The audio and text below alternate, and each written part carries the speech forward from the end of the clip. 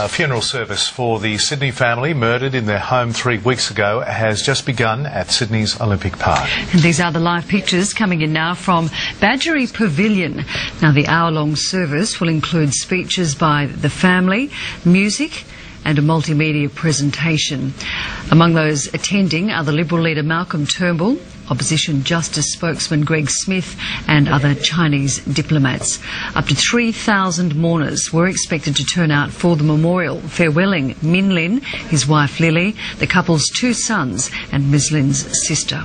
And we've been seeing, as we can see there, the coffins of the 5 victims in a profoundly moving scene there, brought into the pavilion where the service is being held. Min and Lily's daughter, 15-year-old Brenda, is expected to speak. We understand she will be speaking at the service. She, of course, was on a school trip to New Caledonia when the murders occurred. She's attending the service with her aunt and her husband and grandparents.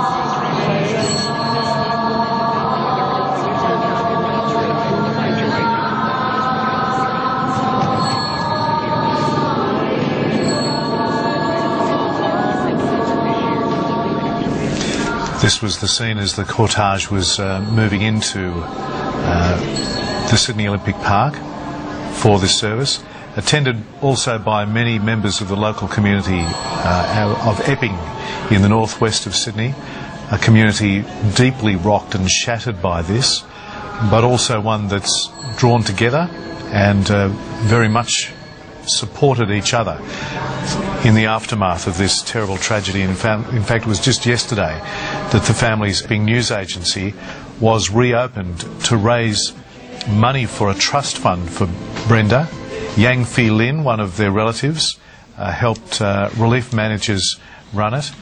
He said in the translation, "I feel very lonely to be back at the news agency for the first time since the murders. There are many people who have come to give me help. I am touched." And this could be a 4-hour service. The funeral cortege includes 2 flower hearses and a procession of limousines, and they pulled up outside the Badgery Pavilion at around 10:20 Eastern.